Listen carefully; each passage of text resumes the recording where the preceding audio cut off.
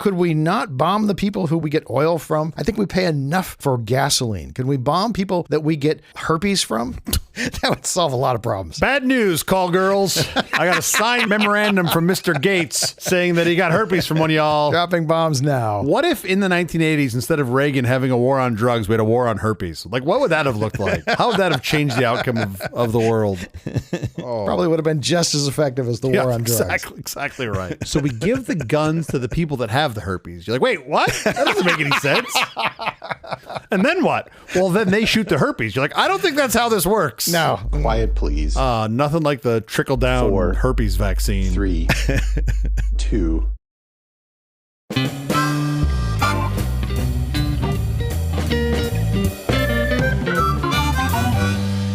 The Apple Company presents a Truly Terrible Podcast. Welcome to Nonsense, Season 4, Episode 14. I'm Jeff Parker. I'm CJ Little. This is our take on the week's business, tech, and entertainment headlines. This time, the Claude paradox. U.S. missiles fly using AI the president just banned. Oh, great. So what are we going to go back to? Like war planning with the Whopper? Yes. Because somebody should call Broderick and let him know. Want to play a game? Paramount Warner Discovery deal eyes $6 billion in synergy savings. Oh, yeah. I know what that means. No more name brand snacks in the kitchen. It's all going to be just member mark. It means no more kitchen, and it means no more employment in Los Angeles. That's what I meant. Sorry. Also those things. Cable's new king. Charter buys Cox, surpassing Comcast. You know, I've noticed over the past few years that ISPs have really struggled with raising prices quickly. So I hopefully this will help smooth that out for them. They can get back to their... I'm sure this is going to be great. Yeah.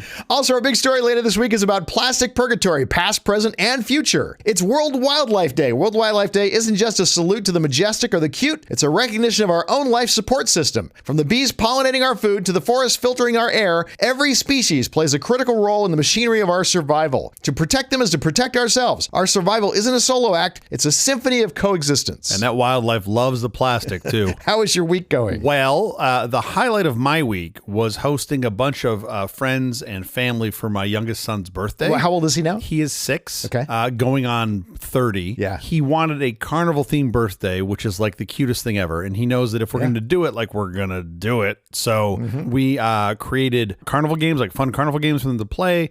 Carnival food, because I was like, you got to have carnival food. Rented a roller coaster, rented a Ferris wheel. I thought about it, but then you start getting into real liability risk. Sure. A wall of prizes. We got like giant stuffies, like the stuffies that the kids see when they go to the carnival. Like, oh, sure, I want to win that. And they play the game and they get like the little tiny keychain stuffy. Like, sure. I wanted to skip that step. So we really went overboard on the stuffies. Every kid wins a giant stuffy. Yeah, there were several kids that came up to me and they're like, so how do I get the prizes? I'm like, well, you have to make at least one ticket. Like you basically play any game and get a ticket. And then one of the kids came over. He was so cute. He's like, well, but I have more. And he has this like handful of tickets. And he's like, so I should get a bigger prize. And I was like, that's exactly how this isn't going to work. Like what's going to happen is everyone's here is going home with stuffies. And we actually had extra at the end. So I was walking around the park handing them out to other parents. Because like it's creepy if I'm in the park handing out stuffies to kids. So I go up to the parents and be like, hey, excuse me, we had this party. I have extra. Would you like some? And the parents were really gracious. But I'm like, this is definitely how I get on a list. This is not a good thing to be doing. But I wanted, I wanted to make the food like very fitting to the scene. So I literally considered renting a mobile deep fryer so that I could make funnel cakes. Oh, yeah. Surely they have like they exist. Food trucks that you can rent and those sorts of things. I've never made a funnel cake in my life, but I was like, what better time than learn it now? I think that was an extremely terrible idea. So I decided not to do that. And instead, I literally brought a barbecue from home, from my stash at home to the park because I didn't want to use the park barbecues. They're kind of gross. Sure. And we needed like a big green space. We wanted like, equipment for the kids to play on. So I rented out the park and I brought a barbecue. And my friends that know me were like, did you bring this from your house? And I was like, sure did. So we had carnival food. It was great. Unfortunately, cooking meant that I was doing that most of the time, which I don't mind.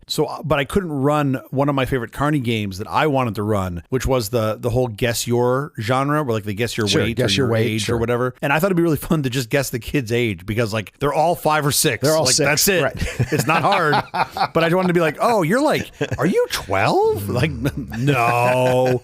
Anyway, I thought it would have been really fun, but I didn't. I guess I didn't guess it. You get a stuffy. The kids loved it, and like I got pictures from a bunch of parents of their kids sleeping with the stuffy they got. Like, I love this stuffy forever. I'm never gonna let it go. Really cute. I also a couple days before the party, I did hike up to a peak in the Santa Monica Mountains. Yes. To do nerd things, which was to watch the return of the Dragon cargo capsule, which came back in from the ISS. Right. This is the 4th one that I've made it a point to go see. I'm a veteran now. I've seen 3 of these. I know what I'm doing. Got the camera set up. Sure. Pointing over in the corner. One of my nephews was in town for the birthday party, so I brought him with me. Like, you're going to look over here. You're going to see a thing. It's going to be cool. I had four cameras set up. I know what I'm doing. And then we're like there waiting for you because the window you kind of know within a couple minutes. Yeah. And one of my buddies that was with us was like, oh, dude, it's over there. And I thought he was completely screwing with me. Came in from a different direction. It came in from a completely different trajectory, which broke my brain because I'm like, that thing's going to land in like Downey. And that's not good. Yeah, sure. That's not what you want. As it turns out, it did splash down in the water. Everything was fine. But we almost missed it and barely got any shots of it. So I was a little bummed about that. But it was still really cool to see. I still recommend going and seeing these reentries if you can. Yeah, the first one I ever saw, I saw by accident. Yeah. I was actually driving somewhere, and in my windshield, That's kind of the worst way to see it. Oh, my word. Yeah. And it looked like, good, here we go, War of the Worlds. Yeah, This is War the of end the of Worlds. everything. That is exactly the first time I saw it. I did not know that it was happening. And I saw it and I was like, oh, this is not good. And my dinosaur aviation brain tried to rationalize it. Of course. And I was like, nothing looks like that. Like nothing looks like that. So no, this can't be good. And it turns out nothing does look like Yeah, that. it's very unique. And I still have a tremendous amount of regret of not going to see the shuttle land in Edwards when I was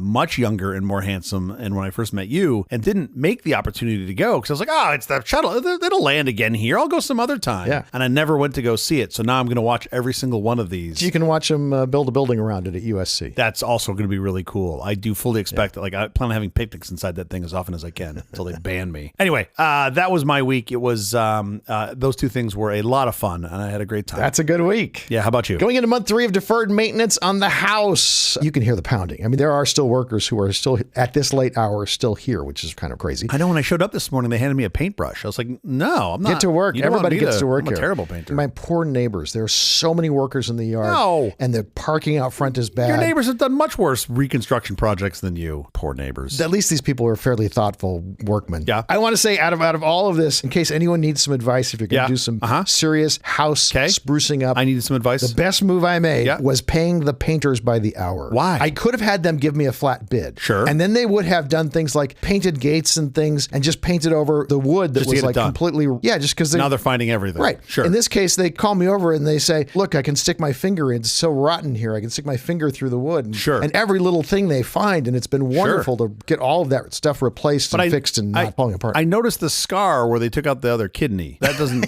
I feel like that's not cheap. optimal. Yeah. But your option is you're getting a coat of paint over a house that's falling apart and no one's improving it. You redoing your house is like when people restore classic cars. I don't want to be the guy doing it. I want to be the guy buying it when you're done. Like I want to get all that stuff for like 20 cents on the dollar when you're done. I have a hunch that our original contractor did all of the things that he did with the expectation of coming back under the impression that we would long be moved out of here by the time the stuff falling apart. Yeah, everybody that builds everything, they're just like, oh, you're not going to have to worry about it. Like, well, maybe I will. Are we the new Yankee Workshop, or is it this super old house? What's our new branding? I feel like it's a home improvement super store. Old house. As the painting outside winds down, the demo for the inside remodeling begins. As the painting winds down, sir, I will take the over. I will go to Kalshi right now and put everything on the over. Does anyone actually like this process? Yeah, the guy's doing the work, getting paid by the hour. Like, I didn't tell you because I felt awkward doing it, but the paintbrush they handed me was like a little tiny 4-bristle brush. So like he likes it to be very accurate and neat. Well, they have done excellent work. They don't even like have that, actually. Of course, that's what you want. All right, so we get to our headlines. I hope so. We're here, why not? Banned but not deployed. The Pentagon uses Anthropic for strikes hours after Trump ban. The irony is lethal. Hours after the Trump administration blacklisted Anthropic from federal contracts, the Pentagon reportedly utilized Claude's reasoning capabilities to coordinate precision strikes across the Middle East. The ban, triggered by Anthropic's refusal to waive safety filters for lethal bombing operations, hit a wall of operational reality. While the White House demands AI without blinders, the military remains quietly addicted to the very sophisticated logic the ban targets. Oh, yeah, the logic is exceptional. The logic is this. We can find a way to make this kind of sound legal, therefore we're going to do it. That is basically the logic. Yeah. And we've been doing this now for, I kind of think forever, but at least for the past 30 years that I've been paying attention, this has been the case. Anthropic is very clearly saying, please do not use our AI to target people you are going to kill. Yeah. Our AI is not good enough to do this. We might just get Bill in Montana. No, Anthropic's not saying that. They're saying if you use our AI to target people and kill them, have a human be in the loop to control That's the final the same outcome. thing. Well, but you can still use it to target. To say yes or no. They're just saying that you need to have a human that isn't just responsible, but is in control. That is an inherent difference. Is they're saying you got to have some modicum of control. They've also sort of alluded, and this depends on how you read it, but my read on it is they've alluded that at some point that won't be a necessity. But they're saying right now, and I think this is them being extremely realistic, they're saying right now, there's safety conscious. Our stuff is not good enough, right? And really when they say our stuff, I think they mean all AI. All of our stuff. Everyone is not ready to go. Like, I'm not willing to give this thing access to my Gmail. It probably shouldn't be running around targeting and killing people with no oversight. And that's where their head is at. And I look at that and I go, well, that seems pretty reasonable to me. And we're not just talking about we lead with killing people, but there's another thing that I'd argue is even, I shouldn't argue is worse. There's another thing that's equally bad, which is the mass surveillance. They also said that's the thing. Yeah. They actually had somewhat come to terms about navigating what military can and can't do with AI. And then on Friday afternoon, Anthropic learned that the Pentagon still wanted to use the company's AI to analyze bulk data collected from Americans. That could include information such as questions you ask your favorite chatbot, your Google search history, your GPS tracked movements, your credit card transactions, all of which could be cross-referenced with other details about your life. That's when Anthropic said no. Anthropic didn't say no to mass surveillance. They said no to mass surveillance of Americans. Yes. That is explicitly what they said. Correct. Right? And there are so many end runs around this. This is what Jeff was alluding to earlier. And what we do see now in our current intelligence complex is they'll be like, oh, no, we won't spy on Americans in America. Right. They'll just go get the data outside of America and spy on Americans outside. And you're like, really? This seems like the letter of the law, not the spirit of the law. Maybe we should, I don't know, update the laws, because that doesn't seem like the thing that we want to do. But this has been going on for 25 years, right? Since post 9/11 Patriot Act, we've basically given up these liberties under the sort of FUD doctrine of we're scared. I'm not sure we legally gave up these liberties. Well, we gave up a lot in the Patriot Act, for sure. We did. But I think the government has just taken that and pushed that way farther than we were ever allowing in the Patriot Act. Oh, yeah, for sure. It's definitely been advanced, let's say. That's a nice word that probably doesn't get me shot. Maybe not. So Anthropic says no to the deal, and like a couple hours later, OpenAI Sam Altman makes a deal called the Frontier Defense Pact, which basically gives all of those things to the Pentagon. Yeah, so OpenAI's stance on this is as long as it's legal and lawful, they can do it. Right. That's their basic stance, is they're saying, well, only things that are legal and lawful. That allows the administration to open up its definition of what is legal and lawful, and they get to interpret what is and is not legal and lawful. And there's also so many, you can't unring the bell scenarios, as we've seen, especially more so lately, where it's like, I'm just going to do what I want to do because I have all the power. And by the time the courts catch up and figure it out, the damage is already done. Like, say, declare war? That would be one example of many. Because when I was in 5th grade and I read the Constitution, they said that had to come from Congress. And now apparently that doesn't have to come from Congress. If you missed a few days of the news, but apparently I missed the one where we changed the Constitution. To be fair, when you were in 5th grade, they hadn't fully read the Constitution because the ink was still wet. Thank you. You don't even have to stop there. There's so many other examples of, an interpretation. No, that's just a recent one. Yeah, I know. Yeah, exactly. Sorry. One of many. We're trying to narrow the scope of the conversation. I appreciate that. But what is known here and what is being exploited, at least part of what's being exploited in my eyes, is the fact that the system is inherently not fast. The system takes time. The justice system, yes. And that's to make sure that we get it right. To be right over being quick. It's better to be right and accurate than to be fast. Mm-hmm. And then you can take advantage of that. If you have a modicum of power, and let's say you're granted some modicum of immunity, you just go do whatever the hell that you want. Yeah. And by the time they catch up to you, the damage is already done. And that's being executed, from my observation, extremely well. Yeah. Just like, nope, I'm going to just do this and good luck. And you've already done the damage, whether it's with declaring war, some sort of military invasion or practice, or something as trivial, quote unquote, as tariffs. I can just do these things and I'm not going to worry about it. I have this power somewhere. Good luck catching up to me. Right. And it does, but it takes a while. So I still have some modicum of faith in the system, but it's waning. OpenAI didn't just join the military, it opened the door to your living room. In a massive deal with the Department of War, the company agreed to let federal agencies monitor its systems for national security. This means the government can now scan millions of private chats to spot troublemakers or anyone leaning against the administration. While Anthropic got banned for protecting user boundaries, OpenAI chose to become the ultimate snitch. By handing over the keys to its data, OpenAI traded your privacy for a permanent partnership with the state. They aren't just building AI anymore, they've built a digital spy. I like the idea of these large large model providers locking arms and doing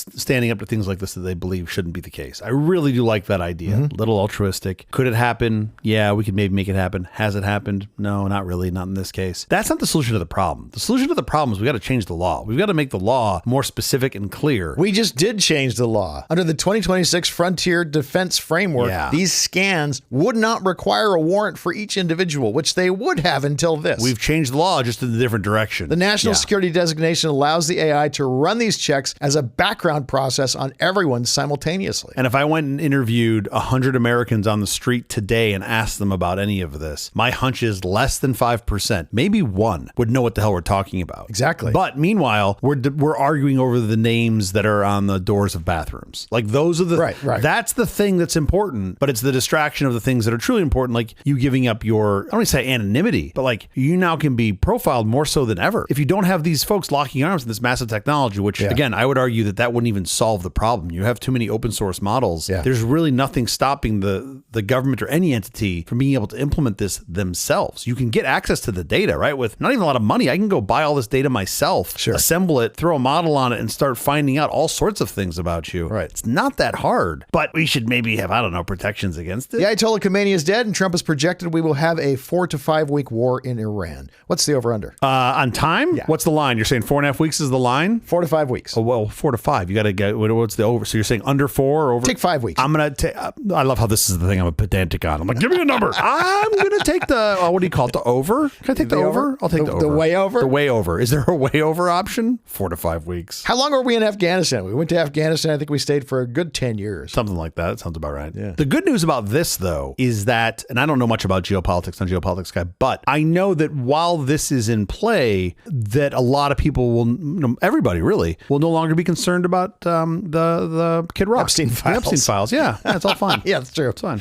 It's all fine. Let's let it go. Don't look here, look over here. Don't look here, look over there. I've seen magicians. I know how they work. Peak streaming realized HBO Max and Paramount Plus prepare to become one. On yesterday's Paramount investor call, CEO David Ellison confirmed the ultimate consolidation. HBO Max and Paramount Plus will merge into a single streaming powerhouse. This entity will command over 200 million subscribers, uniting Game of Thrones and Harry Potter with Star Trek and Yellowstone. It's so hard for me to see this and not think of Cory Doctorow and think of the new service being called Enshittification Plus. Like that's what they're going to call the new service.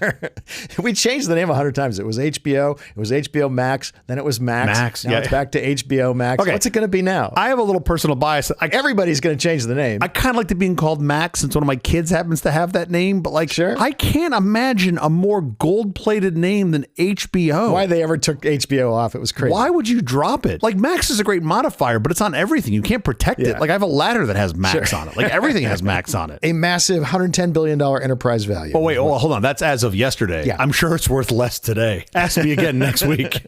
Yeah, this is the crazy thing. Yeah. Warner Brothers has merged so many times with so many other companies, with AOL, with AT&T, and it's always been a disaster. Yeah, not this time. It's never come out well. We're bringing buggy whips back. We're going to do it. Why does anyone still want to merge with Warner Brothers? I mean, what do you think the AT&T executives are like? I feel like they're just drinking scotch right now, just like watching. Oh, totally. They're like, what's that? It's like the 1970s Miami Dolphins team that went undefeated, and like they get together and have a drink every year when the last undefeated team loses. I feel like it's like that. Like they're the version of that for business. It's like, okay, 100%. Good luck. Let's see who gets it next. Paramount, a massive money-losing enterprise. Yeah. Combined with Warner Brothers. Yeah. An even more massive money-losing enterprise. Yeah. What do you think's going to happen here? They should buy Rite Aid. That's what they should do next. They should buy Rite Aid and Joann's Fabrics and just have just roll them all up. Hey, Red Lobster, you still for sale? Yep, but throw it in the mix. Just get them all. If only the Titanic and the Hindenburg could join forces. The best I can the best I can make sense of this is Uncle Larry is like, hey, I want David to have his own thing, so I'm going to buy him his own thing. But it's like, well, that's what he's doing. Yeah. Have you seen Of Mice and Men? Like, it doesn't end well. No, it's not. The puppy doesn't make it. This puppy's not going to make it, and it's a $110 billion puppy. $6 billion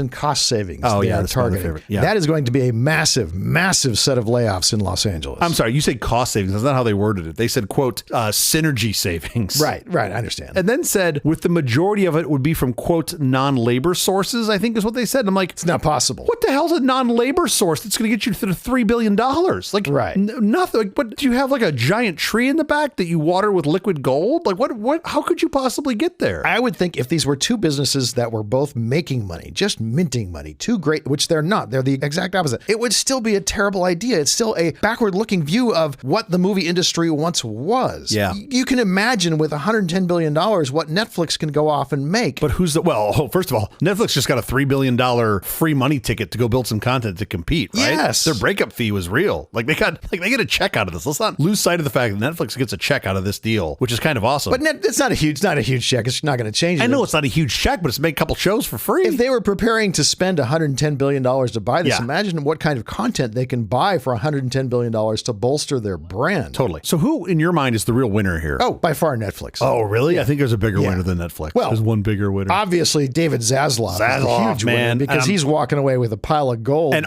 doing nothing. And all I'm sitting here going is like, please write your book. Please write your book. Let me just read it. I just want this is fantastic. This might be... He was terrible at operations. But this, I can't speak to that. I don't know one way or the other, but like from an M&A perspective, has there been a better deal that we've ever seen? I mean, granted, the ink isn't dry yet, but what we've seen so far just seems like amazing that he was able to achieve this. Yeah. I am fascinated by this. This has gone from being something that I wasn't terribly interested in to now I'm kind of riveted by to see how this all went down. So I am not bullish on the future, however. There is nothing stopping anyone from starting their own streamer. There is nothing stopping Apple from deciding they want to step on the gas on their streamer. That's what I don't get, especially if you're a personality. If you're a personality, why are you dealing with this? Why aren't you just doing this yourself? Production costs are super low. Correct. There's plenty of talent. Correct. You give them a little bit of ownership and you go build your own thing. What was the limiting factor on networks back in the day? It was bandwidth. It was number of broadcast bandwidth. Bandwidth, always bandwidth. And then we got cable, and then there was kind of a bandwidth restriction. You had a barrier to entry cost. That's all gone. Like it's literally gone. So if you can take the view of not wanting upfront cash and take a long view, if you're a personality, you have an idea, you can just go build it with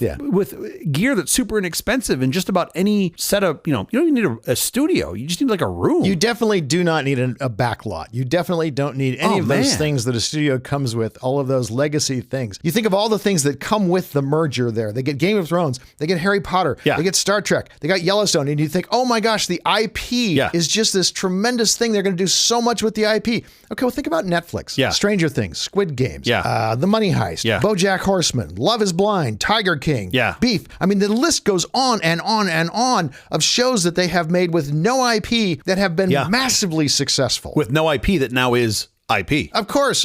Like you've grown this IP up. But they built it out of whole cloth. And they built huge hits this way. The idea that you need IP for your studio is really backward way of looking at how entertainment works in 2026. I mean, it seems like this is a great opportunity for humans to be able to create interesting things that they can accelerate with the AI tools that exist, as opposed to looking through the lens of whatever N decades ago of like, nope, like that's not the way we're going to develop it. We're going to go through the channels the way we've always done it. Right. Like what? Like now it just... In 2026, do you need a backlot where you can shoot? Do you need a costume department? Do you need a department that builds enormous sets? Those things are over. You might still need costumes. But no, I guess not. I guess you could. Yeah. No, I hear you. I'm with you. It's all coming out of the AI and it's going to look great. You still need writers. But you know what? Listen, we piss off a lot of people. Don't piss off the writers because they're going to write really interesting letters to us that we're going to have to read and are going to be very compelling.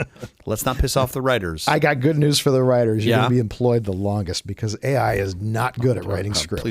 Please note his word choice. He did not say forever. He just said the longest. The longest could be measured in weeks. Nobody knows. Think of it a lot longer than that. I'll take the over on weeks.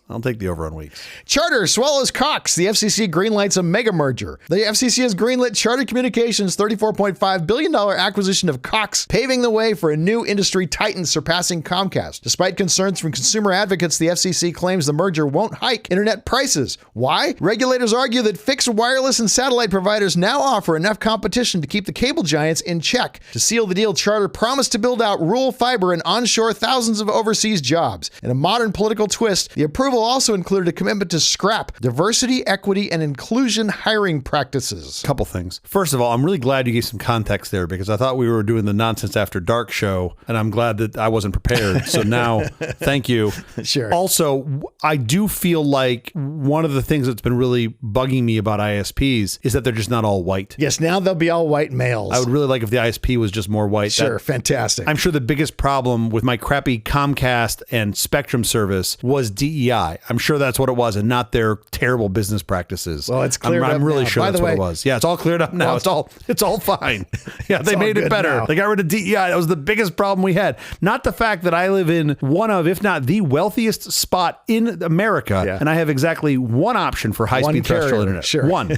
I can pick any one I want as long as it's that one. Like, Right. that definitely isn't the problem. Chairman Brendan Carr touts lower price plans and big wins for Americans. Meanwhile, critics warn that further consolidation usually means one thing for your monthly bill: it's going up. Has he seen There Will Be Blood? When out of consolidation do you get decreased prices? Name one time that consolidation has led to decreased prices. Also, why would you consolidate if you were going to decrease your prices? Exactly. That's the whole point. Exactly. You got to get rid of competition. You know what's going to be great? We're gonna spend a bunch of money to combine, and then we're going to make less money. Like, wait, Yes, what? let's do that. What are you talking about? This makes zero sense to me. And this is another place, like, I've found myself, generally speaking, I don't like a lot of regulation. I like free markets, but Sure. you think about things like access to the internet. What could be more utilitarian than that? Right. Like, you just need access to it. Right. And the market for that is terrible right now. It's absolutely terrible. Yeah. And my best option to bet on is wireless, and that's still not up to snuff of terrestrial. Like, let's get more terrestrial providers. We just don't have it. It's hard to make the math 6G's make coming. sense. 6G's coming. Wait till 6G comes. I mean, even 5G is pretty decent for home, and I think LEO will be a good competitor too as you get more LEO. But man, it's hard for me to say no to a cable, a fiber optic, or a wire that goes back to a place. Like, that does seem like a really nice option to have. It's durable. The two don't compare even yet. Yeah. I mean, we had so many great plans for 5G, and granted, we're only halfway there. Sure. You don't really roll these things over until the zero mark on the decade. Sure. That you get each one of these Gs for about a decade. We are 5 years away or 4 years away, whatever we are from 6G. It's coming. Yeah. But we have not fulfilled the promises of 5G yet. When's the last time you saw a surgery done with remote controlled devices because you had such low latency on it? Just doesn't have. Oh, yeah, that's going to be great. None of those promises have been fulfilled yet. Sorry, my surgeon botched my surgery because he's going through a tunnel. Great. That's exactly what I need. I mean, I'm still at the state where when I see the 5G Plus, I pretty much know my service is not going to work well. Right. Like, whenever I'm on the UW or the Plus, I'm like, you guys still haven't ironed this out. Right. Whenever I'm on that, I'm just like, oh, here we go. You know, and I'm not trying to perform surgery. I'm trying to just like read threads. Like, I'm not even trying to do something hard. I'm really disappointed now that 5G Plus and 5G Max are going to merge. I don't know what the new one's going to be called. It's going to be called more expensive.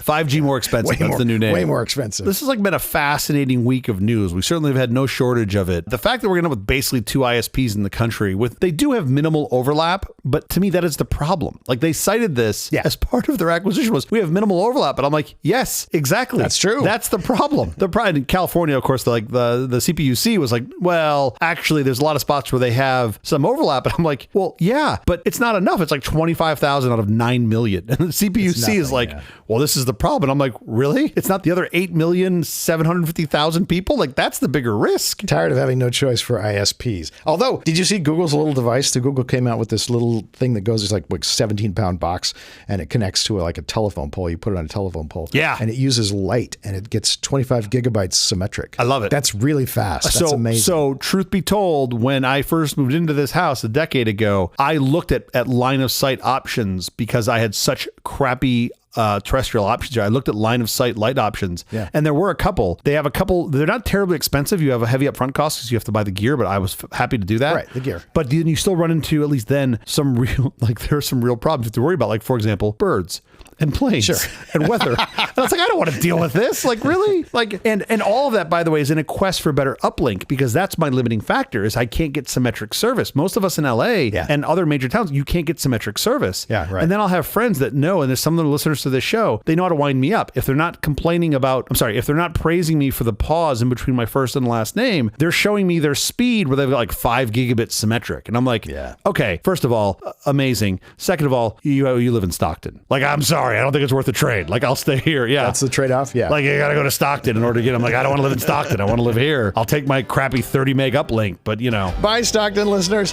Okay, enough with the headlines. In fact, enough with the episode. We have to get out of here. Special thanks to our floor director, Mark Haynes. please. They have my Amazon warehouses. I support them. It's just hot there. Anyway. It is hot. Thanks, Mark. We'll be back later this week with our big story, magic pills and silver bullets, the solutions to all our plastics problems. Until then, thank you for listening to all this nonsense. And here goes all our meth advertisers right along with them. I'm Jeff Parker. I'm Stu Little. Gentlemen, you can't fight in here. This is the War Room.